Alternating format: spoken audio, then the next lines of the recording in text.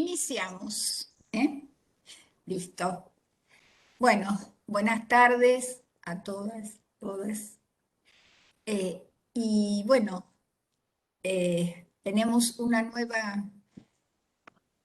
nueva reunión virtual porque, bueno, esperemos que ya se está reduciendo, por lo menos en la ciudad y también en provincia, la cantidad de casos y esperemos que dentro de poco ya podamos vernos personalmente.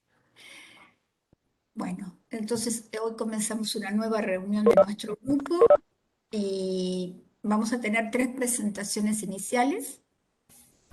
Vale decir que, bueno, el tema que nos convoca son las migraciones y las desigualdades y va a haber 3 temáticas en las exposiciones. Nuestro país sigue estando dentro del concierto así sudamericano entre los principales países de atracción todavía, aunque ahora está segundo después de Chile en este último periodo, pero bueno, diríamos, sigue siendo importante para nosotros el tema migratorio.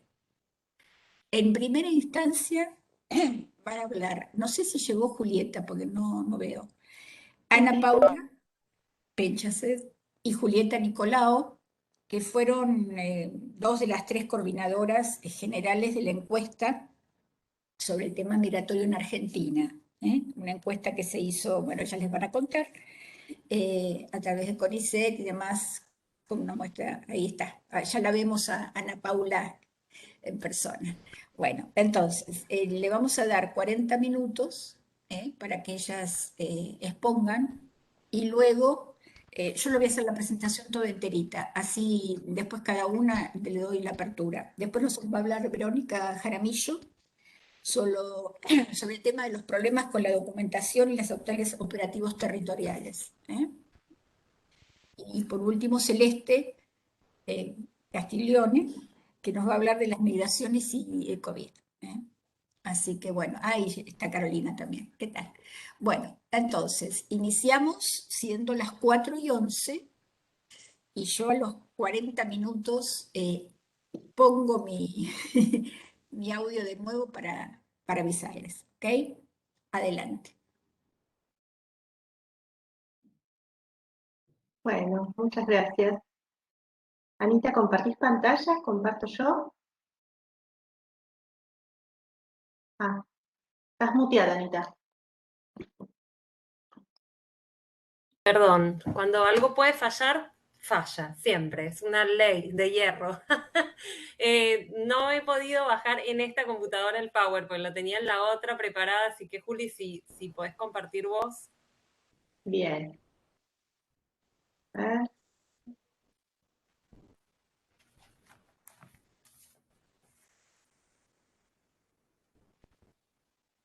Por favor, si alguien me confirma que... Sí, se ve perfecto. Sí, se ve perfecto. Y les pregunto una cosa más. ¿Así se ve muy chiquito? Y pondría, ¿por qué no lo pones en... No, está bien. Era para consultar otras cosas y poder verlas bien al mismo tiempo, pero... Sí. No, Porque... pero o lo agrandás de ahí o lo agrandás con porcentaje, pero si no, presentas... Ahí está, perfecto. Muy bien. Bueno, buenas tardes. En principio, buenas tardes a todas, a todos. Es un gusto estar compartiendo este espacio. Agradezco particularmente a Ana que me invitó a formar parte de esta instancia de diálogo y agradezco a todas las colegas presentes que nos están acompañando y que hace mucho que algunas no las veo, así que es un gusto volver a encontrarnos por acá. Bueno, un poco la idea de esta presentación. Anita, pensé que ibas a mover vos, pero bueno, arranco yo y después vos haces tu parte. El tema central de esta presentación es la encuesta nacional migrante de Argentina 2020. Es un proyecto ambicioso que se ejecutó el año pasado y que aún hoy todavía estamos, y por tiempo creo yo, en proceso de difusión, de divulgación, no solamente de resultados, sino también de compartir la experiencia de lo que ha sido el diseño y la ejecución de esta encuesta. Y quisiera decir también que está presente y nos está acompañando también la doctora Natalia De Bandi, que forma parte central del equipo de coordinación de la ENMA, así que Nati está presente también con nosotros. Bueno, lo primero que quería decir y que un poco es la función o el interés que yo tenía hoy también para este espacio es compartirles un poco cómo nació la iniciativa de la ENMA y cómo se fue gestando este proceso y cómo fuimos atravesando las distintas etapas del proyecto. La idea de la ENMA, perdón, ¿se escucha bien? Sí. Sí, sí, sí. La idea de la ENMA nace entre mayo y junio del año pasado, del año 2020, en el ámbito de lo que es el eje migración-asilo de la Red de Investigaciones de Derechos Humanos del CONICET, de La Rios, como la conocen la mayoría de ustedes, donde, bueno, lo que se puso en discusión con contundencia es una demanda que veníamos recibiendo y que nos venían traduciendo las organizaciones sociales de migrantes, para migrantes, digo, que trabajan también para la protección y la defensa de los derechos de las personas migrantes, de la necesidad de contar con información fidedigna, con información representativa, pero sobre todo con información actualizada de lo que respecta a las condiciones de vida de la población migrante, solicitante de asilo, refugiada. En Argentina, una demanda que lógicamente desde la academia era compartida, digo, formaba parte de las discusiones de quienes integramos esta red de investigaciones, investigadores e investigadoras que desarrollamos nuestra labor de investigación dentro del campo de los estudios migratorios en el país, desde las múltiples disciplinas y enfoques y temáticas que forman parte de este amplio campo de estudios interdisciplinar y que obviamente ratificábamos la necesidad de contar con fuentes estadísticas que hasta el momento se revelaban insuficientes, se revelaban desactualizadas. Pensemos que era un contexto ya de plena pandemia donde ya se había de alguna manera confirmado que el censo del 2020 no se iba a realizar, donde teníamos la pandemia encima, donde ya a todas luces era una realidad la afectación diferencial y más negativa y la vulnerabilización que estaban teniendo los colectivos migratorios en nuestro país, la exclusión indirecta de la población migrante del IFE, etcétera, etcétera. En este marco es que empezamos a discutir lo que fue el inicio de este proyecto con, bueno, un conjunto de referentes muy importantes del activismo social, de las organizaciones de migrantes, que, como les decía, compartían esta inquietud. Otro aspecto fundamental que empujó, que significó un puntapié importante también para motorizar este proyecto, fue, ustedes lo recordarán seguramente muy bien, una consulta en línea, un primer relevamiento que se hizo desde el espacio Agenda Migrante 2020, en abril del año pasado, muy inmediato a la implementación del ASPO, donde obviamente la inquietud de ese relevamiento era también conocer de primera mano la realidad que estaba atravesando la población migrante, las condiciones de vida y cómo se estaba viendo impactada por la situación y la coyuntura pandémica. Y esa experiencia también nos arrojó como información de valor, bueno, el alto índice de respuesta y la necesidad que cotejamos y que vislumbramos dentro de la población migrante. Alcanzamos en ese momento, porque dentro del espacio Agenda Migrante también participaban muchas investigadoras de esta red de La Rios, También cotejamos la necesidad de la población migrante de informar, de dar a conocer, de visibilizar, de compartir las vivencias que estaban experimentando en este contexto tan adverso. Se alcanzaron en aquel entonces 1.200 respuestas y lo más llamativo de la experiencia esta previa fue que justamente la modalidad de recogimiento de la información fue enteramente virtual, de modo tal que eso también nos alentó un poco en cuanto a poder pensar criterios de factibilidad del proyecto que nos poníamos en los hombros en ese momento.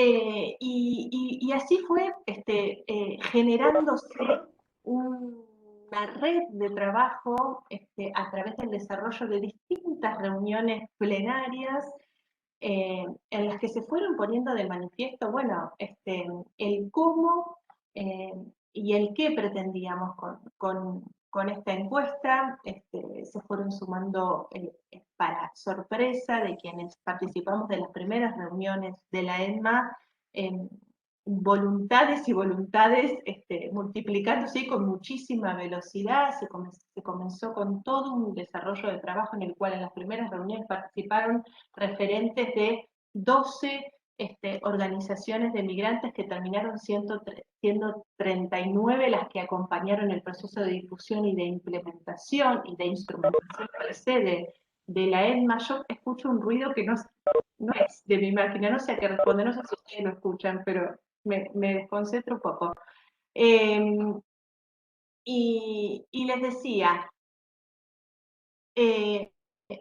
ese proceso se fue desarrollando y se fue consolidando. Se trabajó en red entre la academia y las organizaciones de la sociedad civil. En el medio, obviamente, se fueron sumando otros apoyos, otras contribuciones. Se fue trabajando fundamentalmente el instrumento de recolección de datos, tomando en cuenta la voz de las personas migrantes en la identificación del qué y el cómo preguntar sobre todas las cosas, en términos conceptuales, en términos terminológicos, cuál iba a ser la estructura del formulario, cuáles iban a ser los bloques temáticos que finalmente lo constituyeron, cuáles iban a ser las preguntas más apropiadas para captar los problemas y las realidades que buscábamos medir, mensurar mediante este instrumento.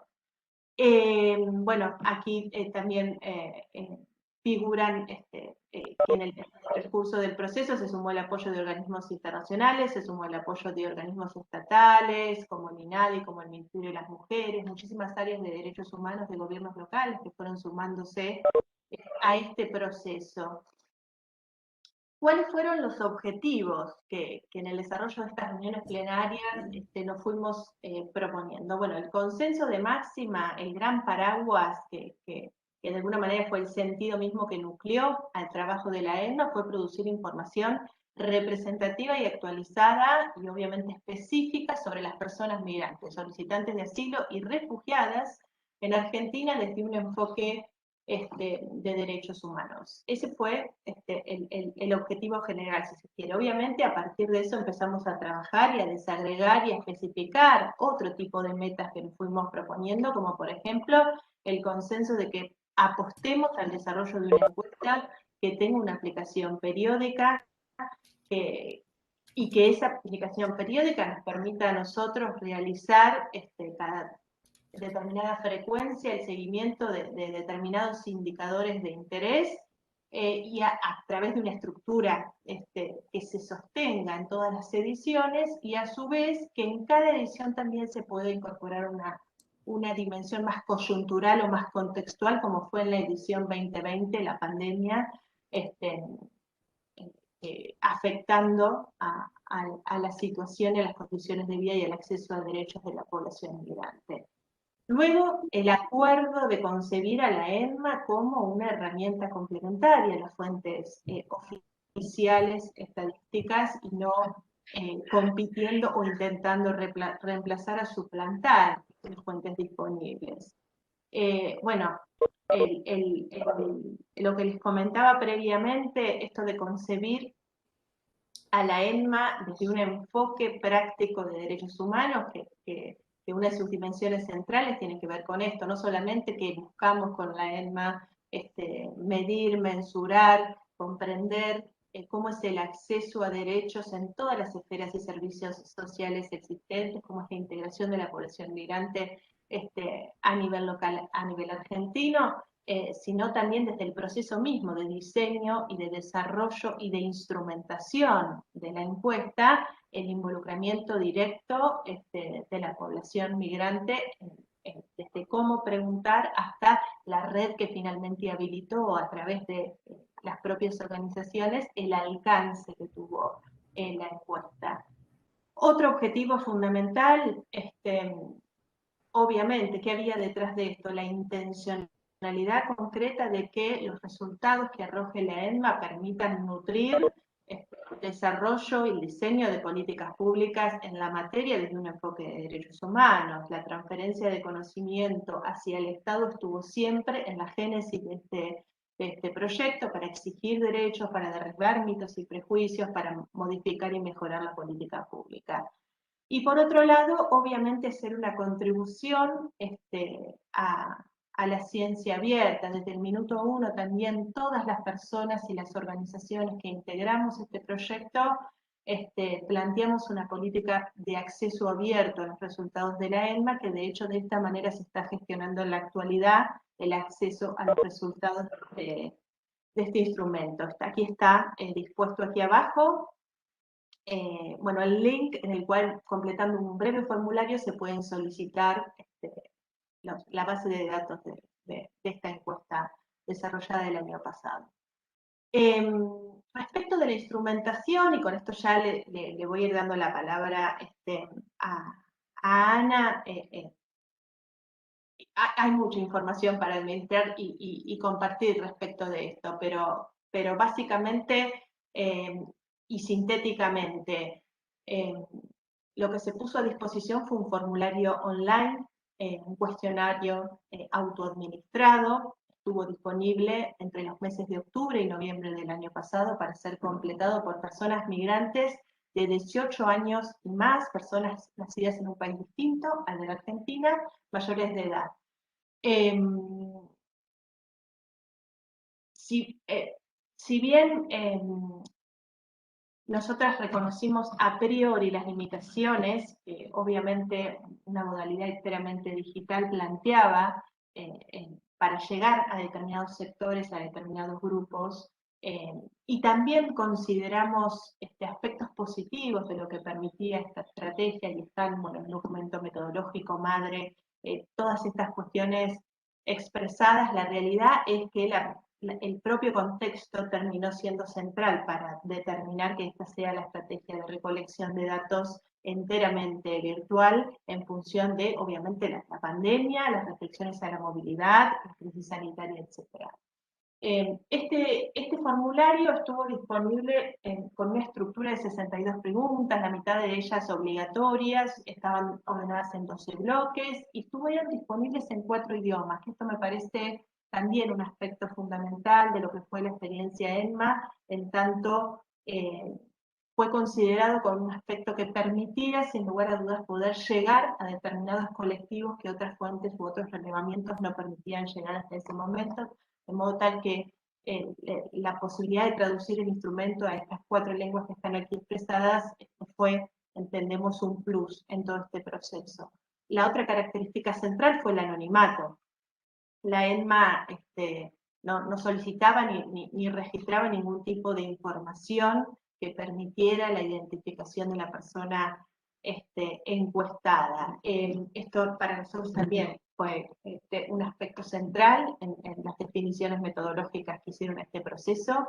Y bueno, luego de la recolección vino, por supuesto, todo lo que hace al proceso metodológico de procesamiento, de limpieza de la base de datos, donde trabajó fuertemente el equipo estadístico que tuvimos dentro del gran equipo de trabajo de la ENMA, que luego, bueno, de este procesamiento y sobre todo de la limpieza, permitieron arribar a un total de 3.114 respuestas válidas, una cifra que superó inclusive las cuotas mínimas previstas que nos habíamos propuesto en el diseño original. y que todavía hay varias cuestiones que inclusive tenemos debates pendientes sobre algunos resultados, como por ejemplo, para compartir uno de ellos, que en ese proceso de limpieza de la base se tuvieron que eliminar 462 respuestas de personas argentinas que habían respondido a la ENMA, cosa que llamó poderosamente la atención del equipo todo y que son discusiones que inclusive no hemos tenido el tiempo suficiente para datos respecto de las causales. Bueno, aquí en este cuadrito que pueden ver están divididos los casos por nacionalidad y distribución porcentual. Julieta, perdóname que te... Sí. Quedarían 3 minutos para darle el pase a Ana. Ya se lo damos. A partir de esto, Anita ya va a estar más concentrada en lo más interesante que es la divulgación de resultados de la ENMA, pero bueno, un poco también la idea era compartir al menos un poquito de la cocina del proceso, que también está pendiente inclusive poder hacer una divulgación de la sistematización de la experiencia en sí, que tiene también su riqueza propia. Bueno, muchas gracias. Gracias, Julieta. Juli, ¿seguís compartiendo vos? Sí, eso te iba a decir. Vos andá indicándome. Buenísimo. Bueno, buenas tardes a todas, porque somos otra vez abrumadora mayoría de mujeres en la encuesta, en general en todos estos ámbitos somos mayoría de mujeres. Así que buenas tardes a todas y a alguno que anda por ahí. Bueno, voy a hacer lo que la querida Marcela Cerruti dijo cuando presentamos los resultados de la ENMA hace ya unos meses, el anuario estadístico migratorio, en donde condensamos una primera gran lectura de esos datos. Voy a hacer lo que ella llamaba una degustación, ¿sí? Hay que elegir variables y hay que elegir líneas por ahí transversales, y para este encuentro optamos con Julieta, Natalia y Marta, decidimos presentarles un poco los datos en relación a género, ¿sí? Que arrojó la encuesta nacional migrante. También quiero aprovechar para decirles que está Nati de Bandi, que es la más cuantitativa, junto con Marcela Cerruti, que hoy no pudo estar, la invitamos y no pudo sumarse. Y si hay preguntas o cuestiones en relación a las ponderaciones, porque es todo un debate súper interesante y ese debate un poco, Juli y yo no lo vamos a tomar, vamos a ir un poco más, fuimos más hacia lo metodológico en el sentido de cuál es el sentido y la función de la encuesta y al mismo tiempo algunos resultados de esta encuesta. Pero si les interesa conversar un poco después, cuando se abra el debate acerca de los ponderadores y de cómo se armó el marco muestral y todo esto, está Natalia de Bandi, que bien puede contarles algunos aspectos más técnicos. Por ahí está Victoria Maceo. Yo sé que tal vez algunas colegas tienen interés puntual en eso. Bueno, vamos entonces un poco a los datos. Bueno, lo primero es observar esta leve feminización, ¿sí? De la población migrante argentina. Esto fue inducido. Nati siempre se ríe porque yo digo, hay aspectos inducidos de la encuesta y hay otros aspectos que sí, efectivamente, se desprenden de los datos efectivos y de su organización después de las ponderaciones. Pero la cuestión de género efectivamente tuvo como su gran ejercicio de ponderación, ¿sí? A su vez se ponderó con nacionalidades, porque no todas las nacionalidades tienen la misma repartición en términos de género. Así que bueno, no dije que no iba a entrar en eso, pero un primer pantallazo entonces de la división por género de la muestra nuestra arroja que el 53% son mujeres, el 45% varones y un 2% sería de la comunidad LGTBI+, ¿sí? Pasamos, Juli, a la siguiente. Bien, esto era un poco lo que les estaba adelantando hace un ratito.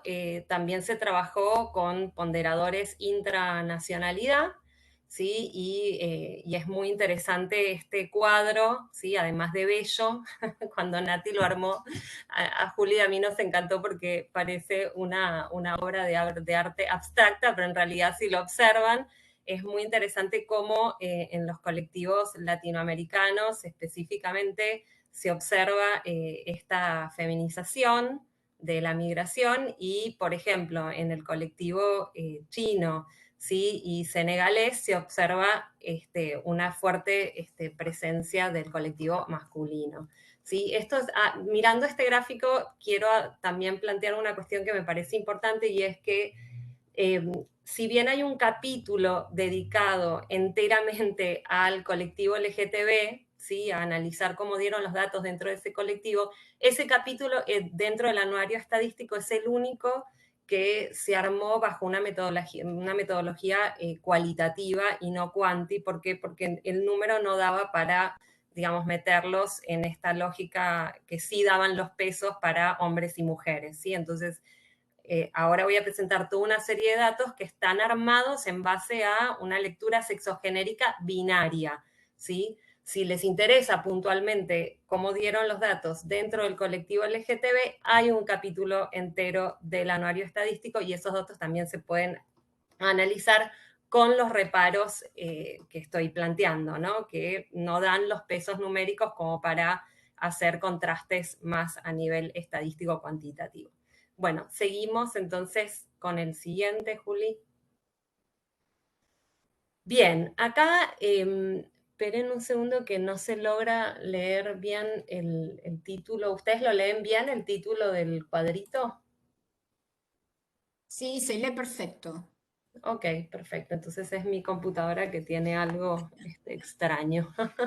Bueno, acá es muy interesante. Esto es uno de las variables, de las principales variables que elegimos para caracterizar a la población migrante, ¿sí? Fue una de las variables que se cruzó junto con todas las otras variables, que es el nivel de formación y estudios, ¿sí? Y acá digamos, se puede observar una fuerte incidencia de la dimensión sexogenérica, ¿sí? De la división entre hombres y mujeres, y lo que se observa entonces es que entre las mujeres el porcentaje, ¿sí? De mujeres que se encontraban estudiando al momento de realizarse la encuesta, ¿sí? Dio 28%, mientras que en los varones dio 17%. A su vez, cuando miramos dentro del universo de las personas que informaron encontrarse estudiando, quiénes estaban estudiando o cursando carreras universitarias, ¿sí? Ahí incluso, digamos, el peso porcentual de las mujeres que estaban realizando estudios universitarios fue aún mayor, ¿sí? Encontramos que el 64% de las mujeres estudiantes estaban realizando, ¿sí? Perdón, que el 64% de la población universitaria que relevó la encuesta, perdón, eran mujeres, mientras que el 36% eran hombres, es decir, una abrumadora mayoría de mujeres. Esto es interesante porque vamos a ver que no necesariamente, ¿sí? Esta feminización que además se observa a nivel global de las capacidades o de las capacitaciones o del nivel de estudio, vamos a ver que no necesariamente se traduce en mejores trabajos o en trabajos más calificados, ¿sí? Y esto es algo de las cosas que ya les adelanto. Seguimos, Juli, con el siguiente. Bien, acá tiene, digamos, una de las cosas que, digamos, que abordó la encuesta nacional migrante, porque había como mucho interés en estos aspectos también, era el tema de los motivos, ¿sí? Que están detrás de la migración. Y acá lo que arrojó la encuesta, ¿sí? Es que digamos, dentro de las personas que informaron haber migrado por motivos de reunificación familiar, ¿sí? 6 de cada 10 eran mujeres, ¿sí? Entonces, como el motivo asociado, ¿sí? A la familia o a la reunificación va a tener un peso también más importante dentro de las mujeres, dentro del proyecto migratorio de las mujeres que dentro del proyecto migratorio de los varones, ¿no? ¿Seguimos, Juli? Bien, este es un gráfico que la verdad que nos interesó mucho cuando estos datos salieron. ¿Por qué? Porque lo que están observando acá es la población migrante que no convive en pareja y que tiene hijos, ¿sí? Y lo que observamos acá efectivamente es que el porcentaje de mujeres que no conviven en pareja con hijos es claramente más alto que el porcentaje de varones con hijos que no convive, digamos, o que no tiene pareja. Esto da también, digamos, es un indicador de las cargas, que ahora vamos a ver cómo se manifiesta esto a nivel laboral, por ejemplo, de las cargas de los cuidados, ¿no? O sea, todo lo que tiene que ver con la economía de cuidados va a tener un peso bastante grande, ¿sí? Sobre las mujeres. Ni hablar de jefas de hogar, ¿no? O sea, que también estaríamos frente a un contexto de mayor responsabilidad sobre mujeres solas y sin convivientes que entre los varones. Después, otro elemento que es interesante respecto de la caracterización sociodemográfica, y esto no se ve en este gráfico, pero se los cuento en este slide, es que también observamos un mayor porcentaje de mujeres sin pareja en edades centrales, ¿no?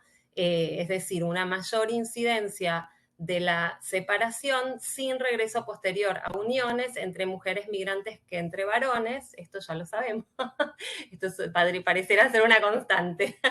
Y por otro lado, un mayor porcentaje de mujeres, esto que les decíamos, que convive, que no conviven en pareja y que tienen hijos, ¿no? Esto es interesante también para analizar, que es el vínculo no solo entre mujeres con pareja y sin pareja, sino también el tipo de organización familiar que se da alrededor de los hijos entre las mujeres y entre los varones. ¿Seguimos, Juli?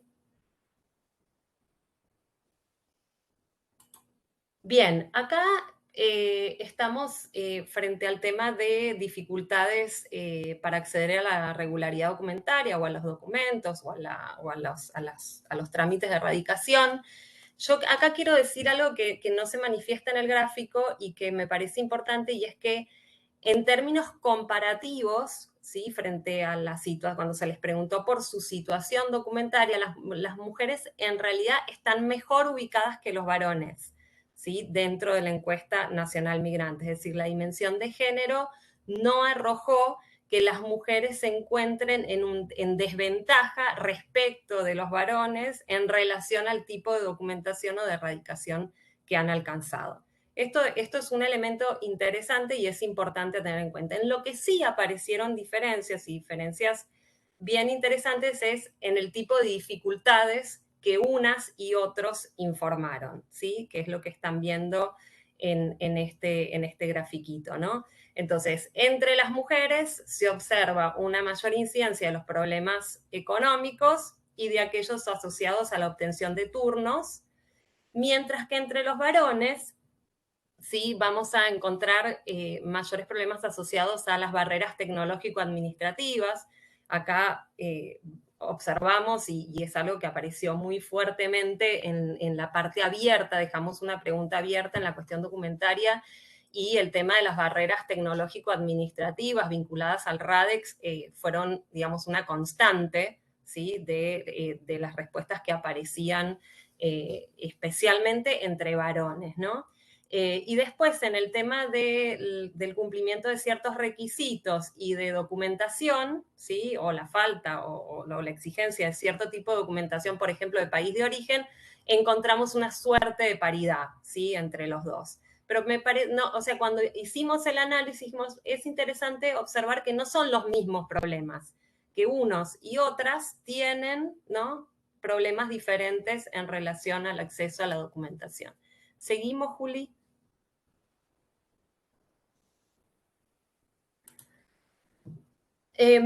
Bien, la encuesta hizo una consulta bien amplia sobre situación laboral, ¿sí? Y lo que decidimos cuando se armó el instrumento de recolección, es decir, cuando definimos las preguntas, es que y vamos a preguntar su situación antes de la pandemia y su situación durante la pandemia, es decir, cómo evolucionó, digamos, o involucionó su situación una vez que se impusieron, ¿sí?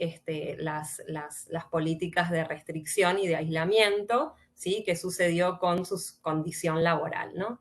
Y acá sí, así como les decía, a nivel documentario no encontramos grandes diferencias entre hombres y mujeres, acá sí vamos a encontrar diferencias muy importantes y creo que es uno de los gráficos más elocuentes de toda la ENMA o del anuario desde mi punto de vista. Entonces, ¿por qué digo esto? Porque esto es una muy buena radiografía de cómo se ubican, digamos, de distinta manera hombres y mujeres en el mercado laboral en la Argentina. Y lo primero que salta a la vista es esa primera barra que tiene que ver con trabajo no remunerado, en donde en los hombres representa el 0%, mientras que entre las mujeres representa el 14%. ¿Sí? Entonces, una primera mirada de este gráfico arroja lo que estábamos planteando de, bueno, no solo más mujeres sin pareja están a cargo de hogares con hijos, ¿sí? Sino que además eso supone mayor dedicación a las cargas de cuidado, ¿sí? Y a las tareas domésticas que terminan de alguna manera impactando, ya ven, en más de una de cada 10 mujeres vamos a tener comprometida en trabajos no remunerados, ¿sí? Después, el otro elemento que salta fuertemente es la cuestión del desempleo activo, ¿sí? En donde también van a encontrar digamos, se duplica la incidencia del desempleo entre las mujeres, ¿sí?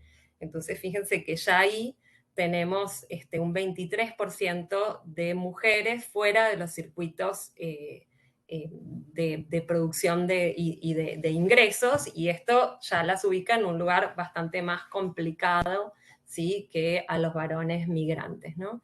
Después, respecto de la especificidad de la integración laboral o de la inserción laboral de los varones, resalta como elemento clave la incidencia del trabajo independiente. Esto es neoliberalización, uberización, como lo quieran llamar, ¿sí? Es una estructura y una pauta de inserción laboral en donde no hay un trabajo con sueldo fijo, ¿sí? No hay, digamos, el esquema de trabajo en relación de dependencia con trabajo fijo. Bueno, vamos a encontrar que efectivamente entre los varones, fíjense que es el 34%.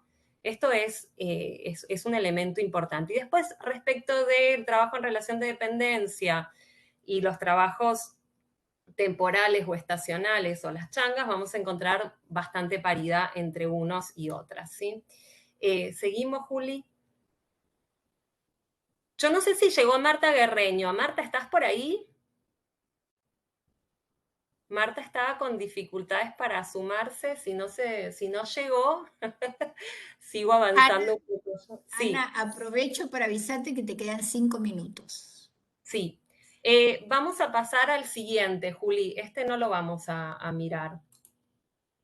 Bien. Este es otro gráfico que tiene para mí muchísima elocuencia y era un poco lo que les decía.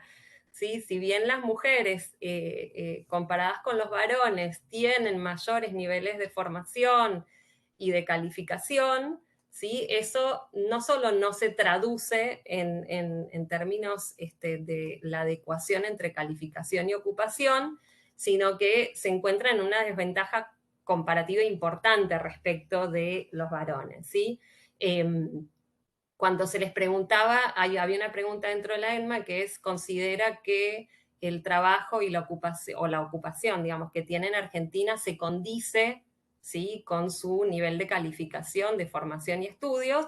¿Sí? A esta pregunta, el 69% de los varones contestó que sí, es decir, casi el 70%. Mientras que entre las mujeres, solo el 54% contestó que sí encontraba que había una adecuación entre su calificación y su ocupación. ¿Sí? Esto es un elemento interesante porque es una variación, ¿sí? Muy importante al interior de estos dos colectivos que marca efectivamente las dificultades que tienen las mujeres para acceder a trabajos calificados a diferencia de los varones, ¿no? Seguimos, Juli. Vamos a pasar esta, si bien es interesante, vamos a pasarla. Y acá sí quiero como hacer un breve paneo sobre las cuestiones de discriminación, que es donde también vamos a encontrar fuertes diferencias entre ambos colectivos. El 71% de las mujeres dentro de la EDMA indicó haber sufrido a distintos tipos de discriminación, ¿sí? Si bien el porcentaje es enorme entre los varones, ¿sí? Y es enorme en la encuesta nacional migrante, y esto es algo para pensar muy seriamente, hay una diferencia de 12 puntos entre un grupo y el otro que hay que observar, y ahora les voy a contar un poco cuáles son las otras variables que se interseccionan. Una primera variable, que es el grafiquito que tienen al lado, es, también se preguntó en la EDMA al comienzo si tiene algún tipo de ascendencia étnico-racial específica. Las personas podían contestar que sí, no, y cuál, eventualmente. Y lo que vemos, ¿sí?, es que hay una mayor afectación claramente de la discriminación cuando se trata de colectivos racializados, ¿sí? Entonces, primera, digamos, o segunda cuestión, no solo el género, sino también la pertenencia a ciertos grupos étnicos raciales muestra como su incidencia. Juli, y ya pasamos, y ya con esto cierro. Y después esto a mí me parecen gráficos que son muy, muy interesantes para pensar. Mientras que en el caso de la pregunta por violencias policiales, ¿sí?, la incidencia dentro del grupo de varones fue altísima, casi doblando la de las mujeres. Cuando se trata de violencia de género, ¿sí?, fíjense que el universo más que se duplica 10 veces en el caso de las mujeres. O sea, digamos, no da lo mismo la violencia, el tipo de violencia, ¿no? Esto es lo que nos están mostrando. O sea, cuando se trata de analizar los tipos de violencia, si es violencia policial o si es violencia de género, que es una violencia un poco más ubicua, ¿no? Y vinculada a ámbitos específicamente domésticos, pero no solamente, vamos a encontrar una incidencia enorme dentro de las mujeres. Y respecto a la violencia policial, es la incidencia sobre todo en el grupo de varones. Última, y con esto ya en serio cierro, pues estoy sobre el tiempo. Perdón, es una más, Juli. Bien. No, perdón, era la anterior. era la anterior. Bien, esto es interesante porque este gráfico es sobre la violencia de género según edad en las mujeres.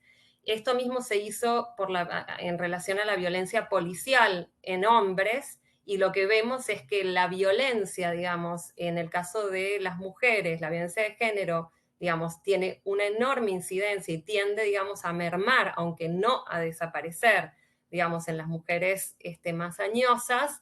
Y lo mismo sucede con los varones en relación a la violencia policial, ¿sí? Lo que marca que otra, digamos, variable importante no es solo el género, sino, habíamos dicho, lo étnico-racial, y en este caso vemos también la importancia, ¿sí?, del factor etario para determinar cuáles son, digamos, los grupos dentro de los grupos que a su vez se encuentran más vulnerados o afectados por distintos tipos de discriminación o violencia. Bueno, con esto cierro.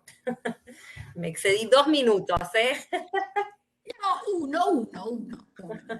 Bueno, muchas gracias Julieta y Ana Paula. Antes de pasar a Verónica, me olvidé de decir algo que es fundamental. Vayan pensando en las preguntas que quieren hacer. Las vamos, bueno, esto lo va después Sandra, va a coordinar todo esto del debate, pero vamos a hacer las que hay una carita debajo donde dice reacciones. que es como si fuera, no sé, si están acostumbradas a otra, es la cuestión de levantar la mano. Entonces, escríbanselas y pidan permiso y después les vamos a ir dando la oportunidad de formularlas. Y la otra cosa es que Susana lo dijo al principio, por ahí no estaban todas, la que necesite o algo, un certificado, se va a dar, ella va a poner a disponibilidad un certificado, al final, cualquier cosa antes del cierre decimos cómo pueden pedírselo a través de Susana o de la página del grupo, ella va a explicarlo. Bueno, entonces, ahora Verónica Jaramillo nos va a hablar de los problemas con la documentación, ¿sí? Y los actuales operativos territoriales. Adelante. Bueno, buenas tardes, gracias por la invitación. Un lujo y un placer escuchar a las compañeras y estar acá con ustedes esta tarde. Bueno, yo vengo a contarles algo bien cortito, pero que creo que también tiene relevancia para lo que vienen contando las chicas, que tiene que ver con cómo nos encontró la pandemia en materia de regularización migratoria, ¿no? ¿Qué pasó? O sea, la pandemia del COVID-19 encontró a la población migrante en uno de sus peores momentos, por lo menos en los últimos 10 años, en materia de acceso a la regularización migratoria, ¿no? Veníamos de unos años muy complejos con la implementación del RADEX para 2019. Las cifras de regularización eran muy bajas.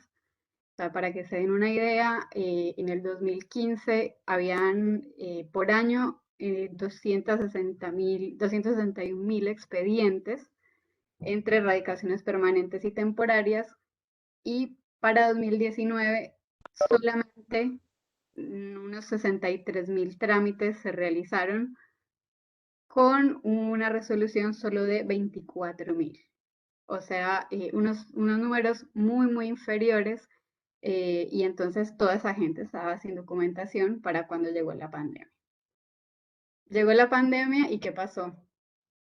Nos dimos cuenta que el DNI empezaba a ser central en la vida diaria, ¿no? O sea, había gente que no tenía que comer y que tenía que movilizarse hacia un comedor comunitario, y para eso le pedían un permiso de circulación, que tenía que tener un DNI.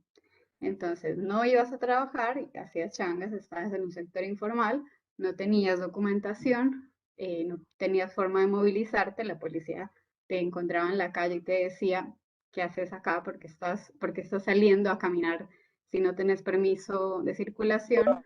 Y bueno, la gente empezó a decir, ¿por qué no saqué el DNI, no? O sea, como que hubo un masivo cuestionamiento de, bueno, ¿qué pasó con los documentos? Y la gente que había dejado de estar el trámite y nunca había sido importante, empezó a hacerlo. Y para gente que había intentado por varios años hacerlo y había recibido portazos institucionales, la preocupación creció, ¿no? O sea, como de los dos lados empezamos a ver gente con distintas preocupaciones para poder regularizar su situación.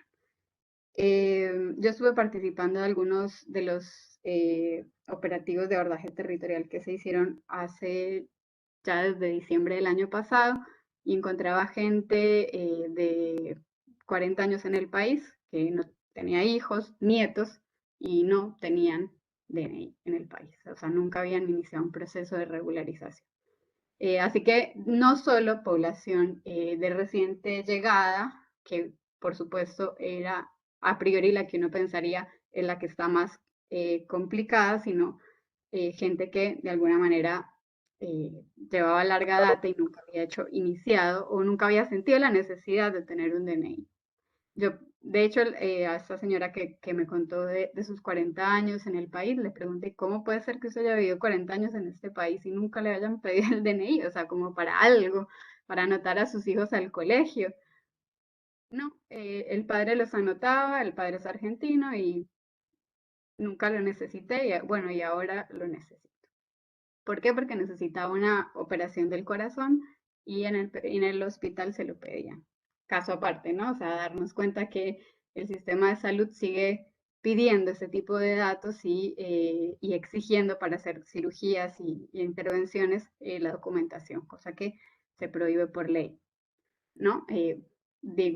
Cierro paréntesis. Pero bueno, entender que un poco estábamos en ese escenario de mucha gente sin documentación, no solo, insisto, recién llegados o recién llegadas, sino personas que vivían acá y que se dieron cuenta que en la pandemia el documento era más importante de lo que esas personas pensaban.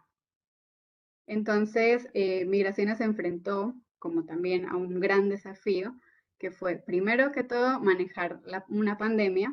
Uno de los más grandes desafíos de la Dirección Nacional de Migraciones, creo que en su historia, en su amplia historia, manejar una frontera de las más grandes del mundo y tener que estar regulando esos flujos de ingresos y egresos y encontrar que las camionetas que salían para 2015 a hacer dispositivos de abordaje territorial en los distintos barrios de la ciudad, el conurbano y el interior del país estaban totalmente desarmadas, ¿no?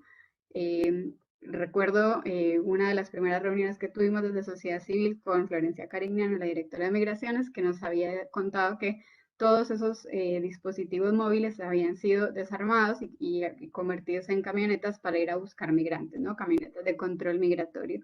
Las camionetas que habían sido usadas hasta 2015 para regularizar personas habían sido camionetas de control, ¿no? Entonces tenía que rearmar, replotear, volver a poner las computadoras y volver a sistematizar y cargar las computadoras con los nuevos sistemas que ahora habían decidido usar, que era el RADEX, ¿no? Ese sistema de erradicación a distancia, que a priori permitía que cierta población entrara y accediera a su documentación y otra no. ¿Quiénes podían? Pues quienes tenían acceso a la tecnología y que podían sortear esa brecha digital que a priori el sistema te impone, porque es un sistema bien complejo que requiere cierto tecnicismo, y quienes tenían dinero para pagarla, quienes tenían, por ejemplo, una tarjeta de crédito o de débito que podían pasarla y sortear ese escollo, iban a obtener la documentación más rápido. Entonces, de alguna manera, teníamos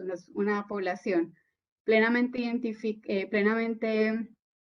en las que la población que tenía posibilidad de acceder a esas tres cuestiones podía acceder a su documentación de forma más rápida por el dispositivo, por el RADEX, y las que no, quienes tenían dificultades en el acceso a la tecnología o al dinero o a la tarjeta de crédito, bueno, iban a tener muchos más líos para lograr documentarse. Bueno, en diciembre de 2020, ya tengo que cortar. En diciembre de 2020 se incluyeron los operativos de abordaje territorial. Se iniciaron, ya cierro Vicky con esto, se iniciaron los operativos de abordaje territorial y bueno, empezaron a ir a distintos barrios de conurbano y del interior del país, intentando retomar la política que se había generado en los territorios, tratando de construirlos con los referentes territoriales y las organizaciones sociales, y de alguna manera fue ampliándose un poco el ingreso de personas a la documentación, teniendo para 2020 unos 87.000 trámites, que es un número, subió en 20.000 trámites, un poco más de 20.000 trámites comparativamente con el 2019, pero siguen siendo muy bajos los niveles de documentación si los comparamos con 2015, ¿no? Entonces, la pregunta es, ¿sirvió todo este proceso de sistematización? ¿Qué nos queda como para indagar en esos procesos de mejorar y sistematizar las cuestiones? Y cuando vamos a ver los números y a ver cuánto le sirve a la gente, estamos viendo que estamos muy por debajo de los números de 2015, donde se hacía todo más mecánico, si se quiere. Listo, cierro con esto. Sí, gracias Verónica, porque si no nos vamos acortando. Celeste, ahí estás. Bueno, Celeste Castiglioni nos va a hablar del tema migratorio y COVID. Adelante.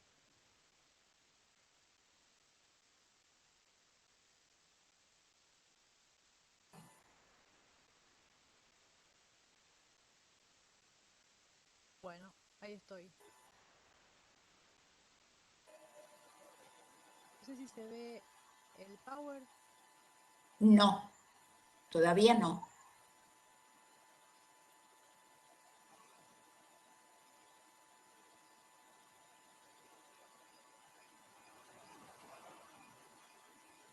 puse compartir. Ahí le pongo compartir. Ahí sí, ¿no? Ahí sí, ahí sí. Bien, bueno.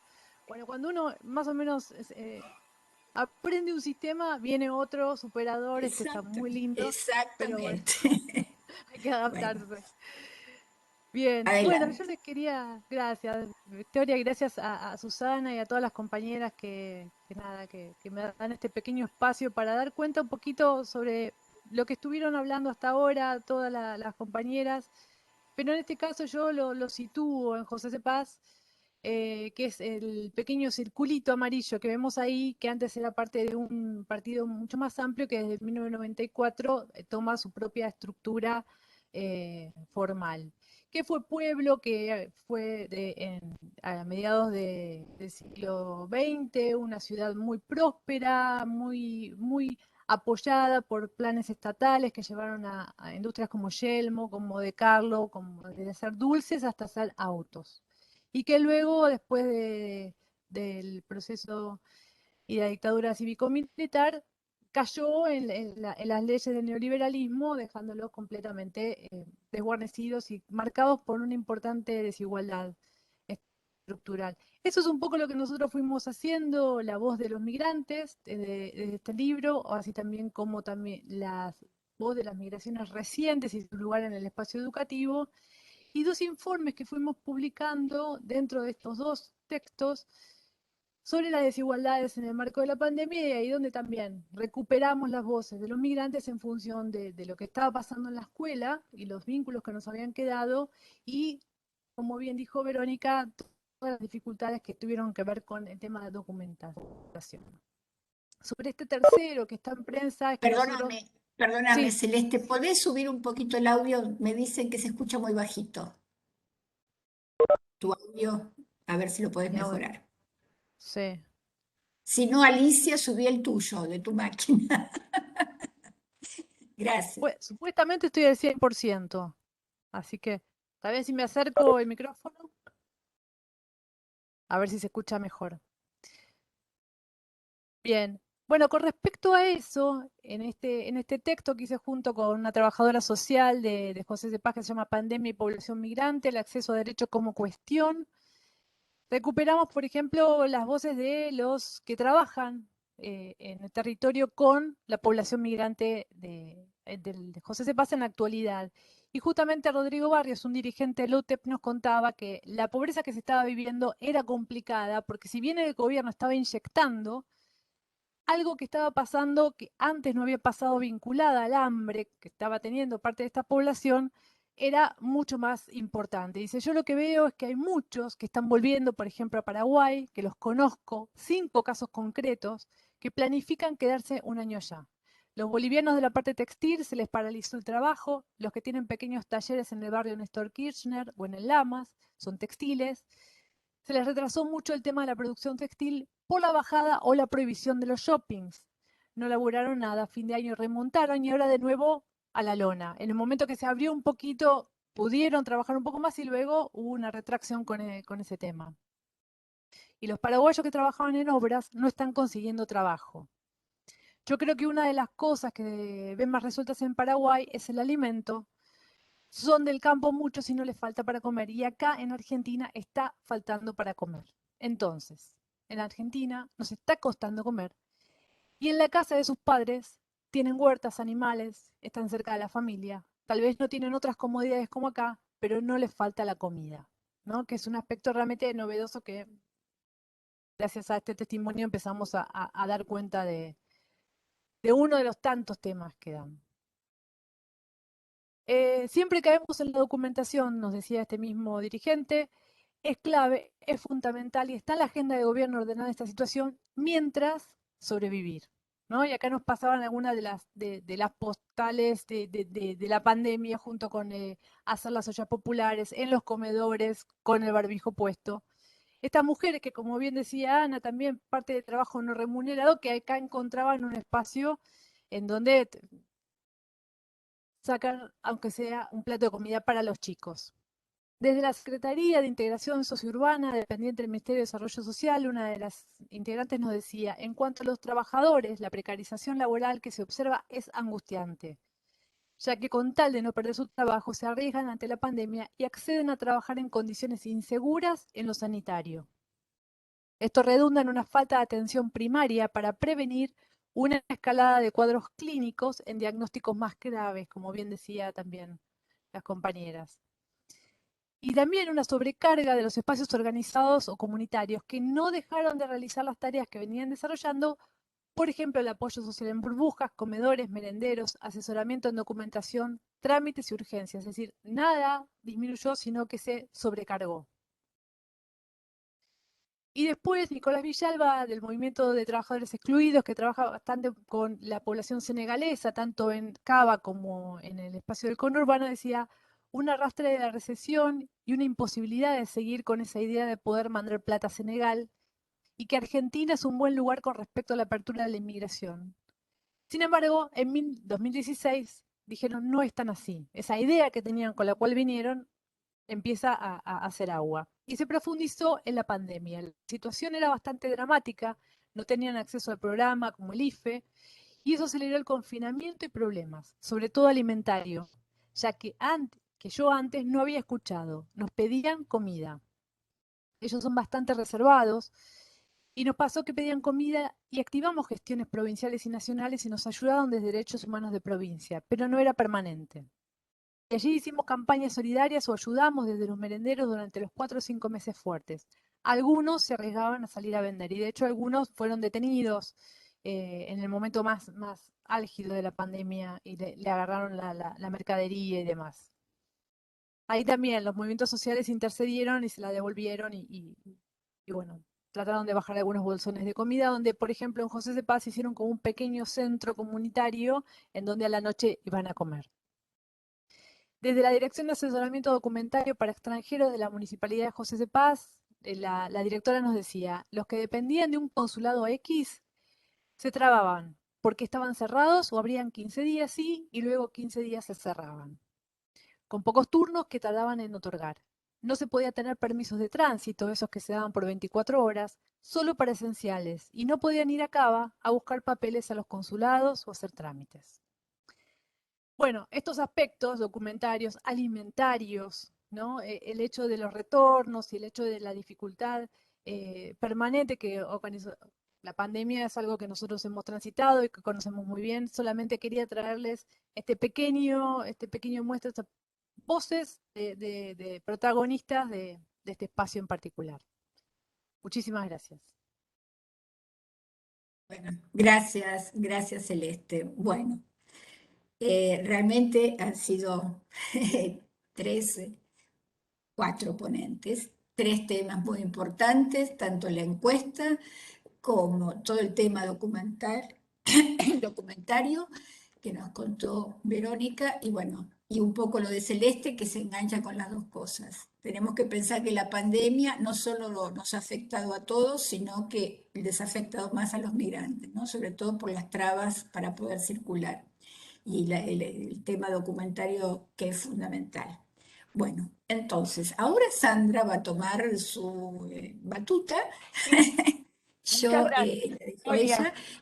Y bueno, los que quieran, ya les dije, le van ahí en la carita que está abajo, piden la Sí, palabra yo y quería decir, tenemos a las 18 que cerrar porque ya nos dijo sí, no te el idioma. preocupes que lo vamos a hacer.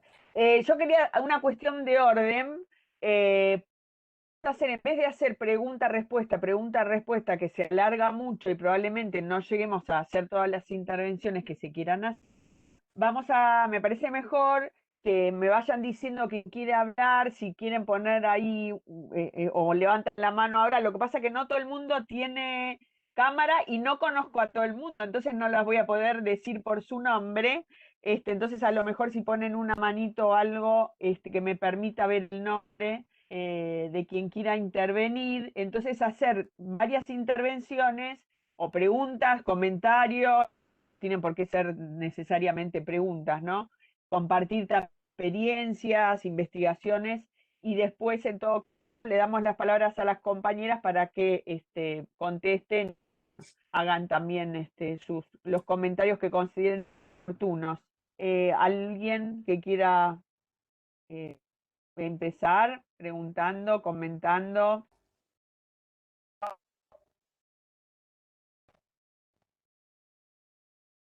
O pueden abrir el micrófono y decir, Gabriela, vos veo que abriste el micrófono, lo que pasa es que no te veo, pero vos dale. No, yo no la escucho bien, no, No. no te escuchamos. A ver. Si no podés hablar, escribí en el chat y yo lo miro mientras Sandra Claro, maneja. eso también es otra. Gracias, Victoria, buena idea. Buena idea. Si hay alguien que quiera. Ahí Pablo Salvar pone algo, pero no sé si quiere hablar. ¿Qué?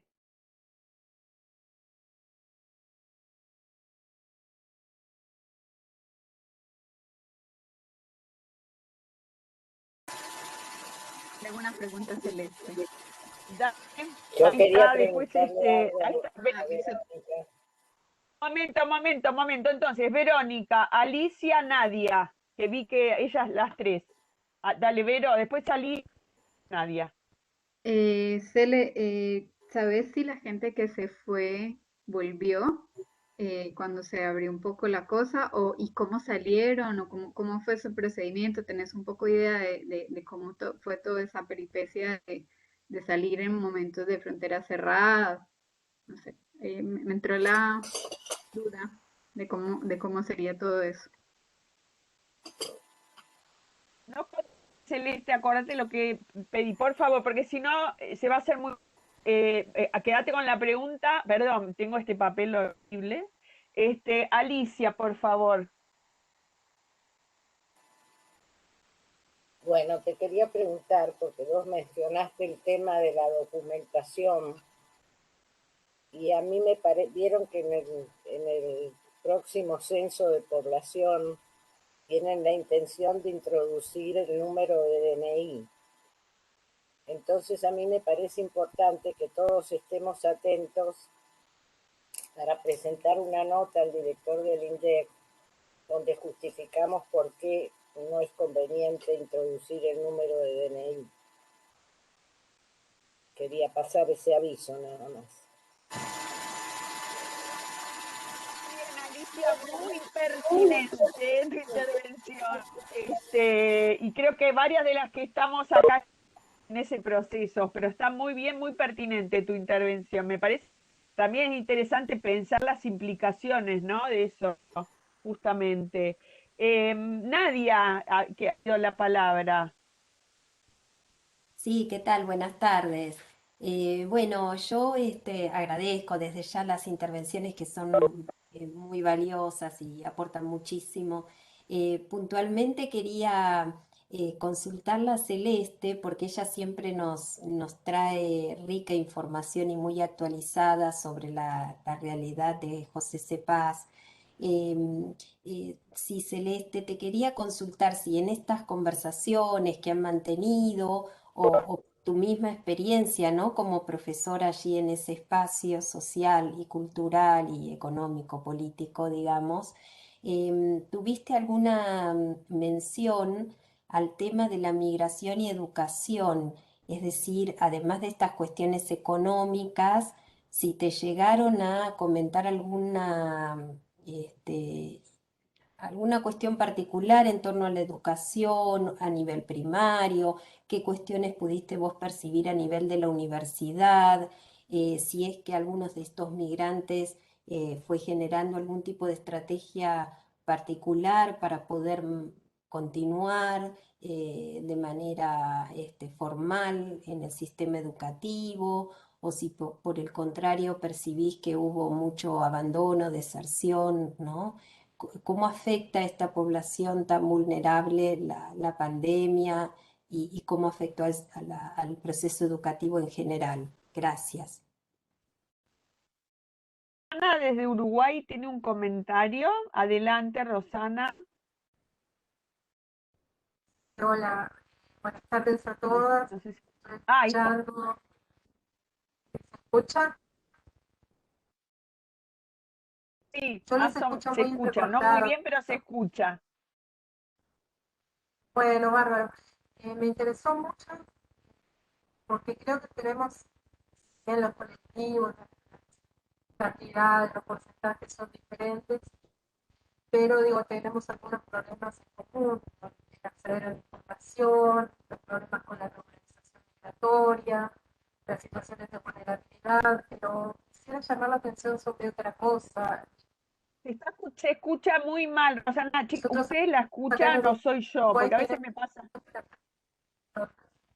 No, se escucha, se escucha. Rosana, tal vez si sacás la cámara se escucha mejor. A veces para que se escuche mejor el audio, si Sí, uno saca el video, consume menos datos y... capaz que me escuchan mejor así. Exactamente. Yo lo que les estaba... Perfecto. No, lo que les estaba diciendo que digo, si bien hay una serie de, digamos, de problemas compartidos que hacen a los distintos colectivos migrantes, bueno, obviamente hay diferencias porque los perfiles migratorios son distintos en un lado y en el otro.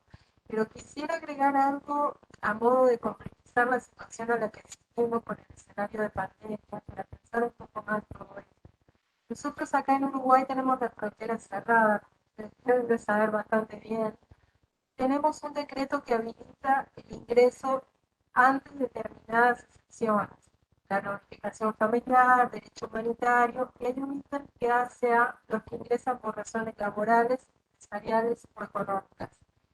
Entonces, han ingresado, no tengo cifras de qué cantidad, pero digo, han ingresado bastante población con, digamos, un contrato de trabajo, con un trabajo X. A veces son ingresos temporarios y a veces son ingresos que van a ser permanentes. Con lo cual, lo que quiero llamar la atención con esto es, tenemos migrantes por fronteras secas en situaciones muy precarias, migrantes que ya estaban recibiendo hace un tiempo, la pandemia les impidió regularizar su situación, y migrantes que ingresan por las excepciones, que vienen ya en una situación económica muy diferente al resto. Con lo cual, la estratificación se nos hace más grande. Ya hablar de los migrantes va a implicar hacer como bastantes caracterizaciones o ser más específico cuando usamos el término. Quiero llamar la atención sobre eso, ¿no? Con el escenario de pandemia y lo que hice con migración. Simplemente a modo de dar otro elemento más para conversar. Eso, muchas gracias a todos. Saludos a Vero, que la veo por allí. Gracias, Rosana. No sé si hay algún comentario. Yo voy a aprovechar para hacer una pregunta a las chicas, a Ana Paula y Julieta, de algo que no presentaron, pero yo sé que es un tema que a Ana Paula le interesa mucho y quería, si pueden contar, aunque sea de manera resumida,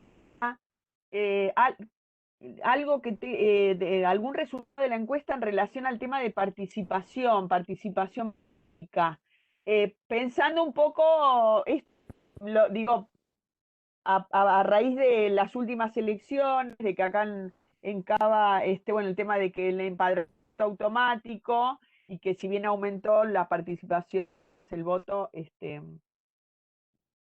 bastante reducido en relación a la cantidad, ¿no? Entonces, bueno, nada, alguna cosa que puedan compartir con nosotros, algún dato en relación a la cuestión de participación, a partir de la encuesta de participación en sentido amplio, ¿no? No veo más nadie que quiera, sí, no sé tu nombre, azul Janina. con... Janina, dale. mi nombre. Sí. Dale, No, Janina, yo quería ahora hacerle sí, una ahora pregunta. apareció. Okay.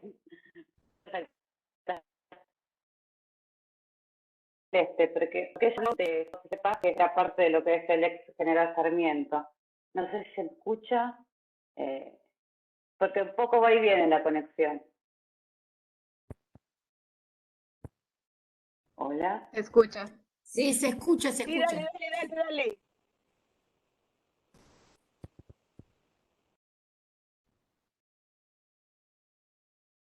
Hola, no sé si ahora se me escucha.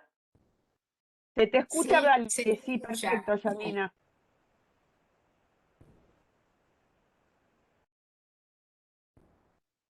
Hola. Ok. No, bueno, decía que le quería hacerle una pregunta a Celeste porque ella hablaba en particular de lo que es José Paz, que era parte de lo que es ex General Sarmiento, y la dificultad que tenían los migrantes para comer, en particular, que era lo que habían manifestado una persona de la organización. No, quería saber si hay algún tipo de estrategia familiar o de la propia comunidad migrante, sobre todo porque la comunidad de los países limítrofes se radicaron hace mucho tiempo en José C. Paz. Eso era lo que quería saber. No sé si se terminó de escuchar mi pregunta. Sí, se escuchó, se escuchó. Sí, se escuchó Ok, bien. perfecto. Perfecto. Bueno, si quieren,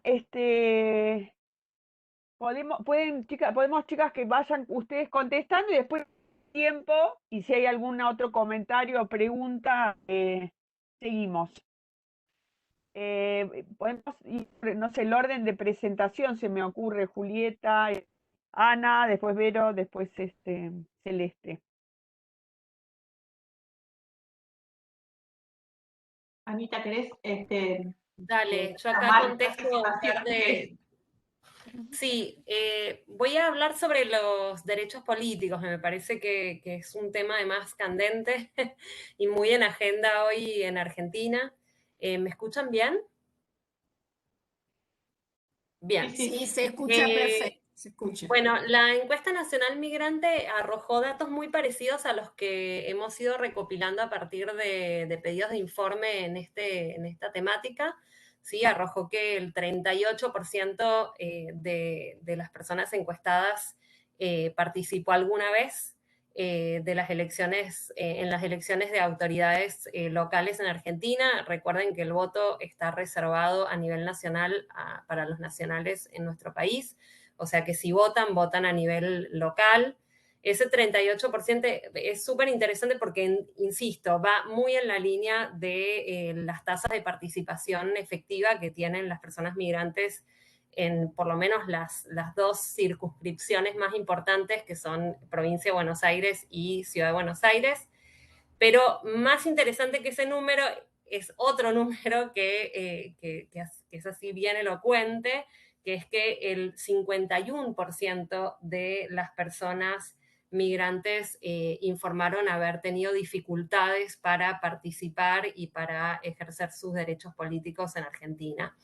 Y estas dificultades están relacionadas con algunas cuestiones y solo las marco para que sepan cómo se cruzaron estas variables y a mí me parecen que me parece que es súper elocuente lo que arrojó la encuesta nacional migrante en materia de derechos políticos. Bueno, la primera es la regularización documentaria es una condición sine qua non, o sea, el tener DNI e incluso un tipo de residencia e incluso un tipo y un tiempo de antigüedad acreditada en esa condición es para comenzar a hablar. Entonces, la incidencia de la situación documentaria es fundamental. ¿Sí? Podríamos hablar de ciudadanías migrantes estamentadas, o sea, hay muchas cosas para pensar en relación a eso. Después, otro factor súper importante que por supuesto tiene afectación con la cuestión documentaria, pero no es directa ni causal, como bien explicaba Vero Jaramillo, es el tiempo de residencia. En la medida en que las personas avanzan en sus procesos de integración local, al mismo tiempo los niveles de participación crecen y se consolidan. Esto es súper importante. El género, en el caso de derechos políticos, dio unas diferencias bien interesantes. Los hombres participan en mayor medida, ¿sí? A nivel político electoral y a nivel de las organizaciones de la sociedad civil también, porque eso fue algo que nosotras también combinamos, que era participación sociocomunitaria, partidaria y sindical y participación política. En los dos casos, las mujeres tienen niveles de participación más bajos. ¿Sí? Tienen como menos perfil público, menos perfil sociopolítico, podríamos decir. Y después hay dos elementos que a mí me parecen así súper interesantes.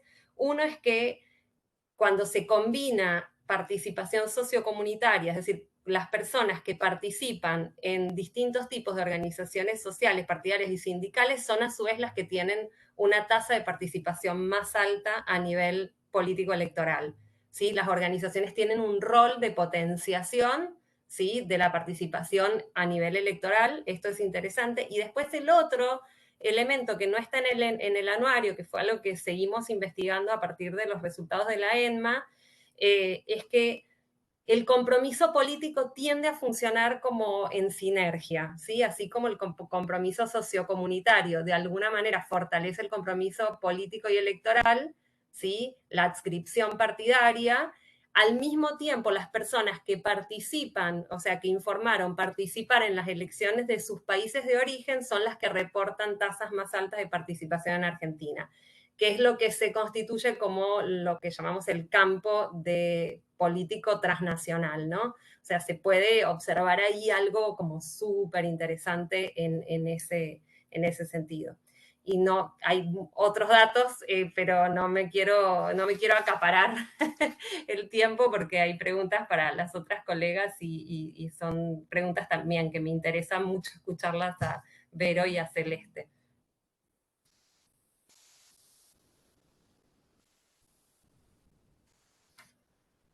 ¿Sigo yo? Sí, dale, Cele, dale. Bárbaro. Bueno, con respecto a la primera pregunta, ¿cómo habían salido de manera con ayuda del consulado paraguayo, las familias que salieron? En los momentos en donde se aflojaba un poco el tema de las etapas que tuvo, estaba todo muy al ritmo de los momentos en los cuales se podía hacer alguna que otra cosita, estaban como muy pendientes acerca de los momentos en los cuales se podía abrir un poco la posibilidad de trabajo, de salida, de documentación, es decir, vibraba a la par de cómo iban las distintas etapas de los distintos decretos, ¿no? Entonces pudieron salir en un espacio junto con la ayuda de parte de la dirección de documentación en la municipalidad, más el consulado, más, y así armaron como distintos circuitos de comunicación en los cuales pudieron salir.